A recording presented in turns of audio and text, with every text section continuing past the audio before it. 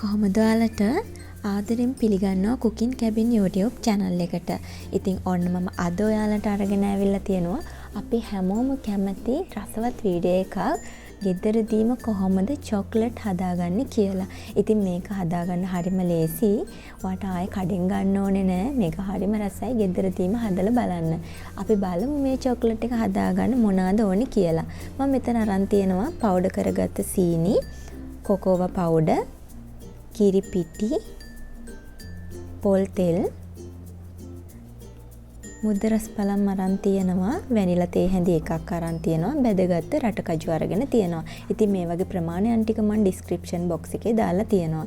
මම මුලින්ම මේ විදිහේ බෝල් එකක් අරගෙන ඒකට කොකෝවා පවුඩර් ටිකයි කිරි පිටි ටිකයි දාලා හොඳින් කලවම් කර ගන්නවා. ඉතින් මම මේ ටික කලවම් කරගන්න අතරතුරේ වතුර එකක් රත් වෙන්න තියලා තියෙනවා. මේ වතුර එක රත් වෙගෙන එද්දී අපිට චොක්ලට් බැටර් එක හදාගන්න පුළුවන් විදිහේ භාජනයක් ඒ කොටින් තියලා පෝසිලෙන් හරි සෙරමික් හරි භාජනයක් ඔයා ගන්න. මොකද වතුර එකේ රස්නෙට නැත්තම් මේක පුපුරන්න පුළුවන්. ඉතින් මේ විදිහේ භාජනයක් අරගෙන මම ඒකට පොල් තෙල් ටික දාලා පවුඩර් කරගත්ත සීනි ටික ඒකට දාගන්නවා.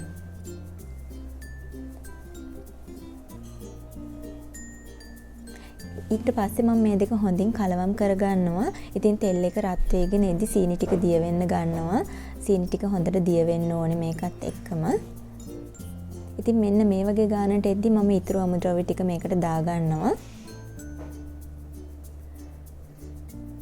කොකෝවා පවුඩර් ටික මම මේ වෙලාවේදී මේකට දාලා ඒකත් මේ සීනි එකයි තෙල් එකයි එක්ක හොඳට කලවම් කර ගන්නවා.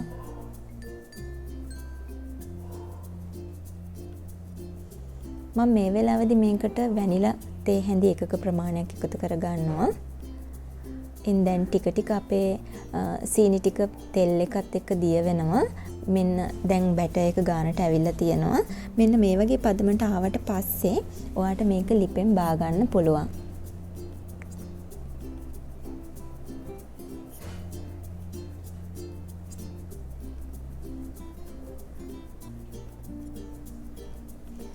ඉතින් මම මේක දැන් මේක ට්‍රේ එකකට දාගන්න යන්නේ. ඔයාලට මේ වගේ ට්‍රේ එකක් නැත්නම් ගෙදර අයිස් කියුබ් දාන ට්‍රේ එකට උනත් දාලා ශීතකරණයේ තියන්න පුළුවන්. එහෙම නැත්නම් අයිස්ක්‍රීම් කප් එකකට උනත් දාලා මේ චොක්ලට්ස් හදාගන්න පුළුවන්. ඉතින් අද මම හදන්නේ ප්ලම්ස් රට කජු දාලා නිසා මම මුලින්ම මේ විදිහට පොඩි ප්‍රමාණයක් චොක්ලට් බැටර් එකෙන් දාගෙන යනවා. ඊට පස්සේ මම මේකට බෙදගත්ත රට කජු ටිකයි මුද්ද රස පළම් ටිකයි එකතු කර ගන්නවා.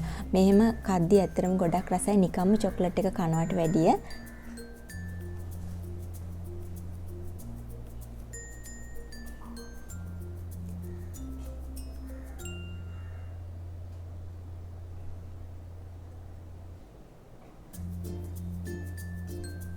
ඊට පස්සේ මම චොක්ලට් බැටර් එකෙන් මේ ටික වැහෙන්න ආයෙම උඩින් චොක්ලට් ටික දා ගන්නවා.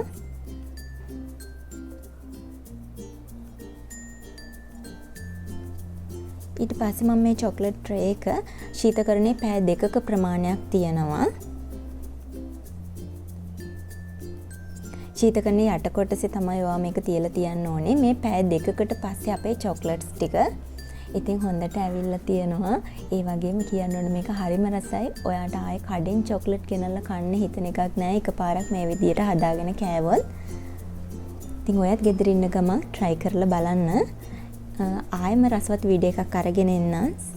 කුකින් කැබින් YouTube channel එක subscribe කරලා නැත්නම් subscribe කරගෙන යන්න. වීඩියෝ එකට කැමති නම් like එකක් දාලා යාළුවන්ට බලන්න share කරන්න අමතක කරන්න එපා.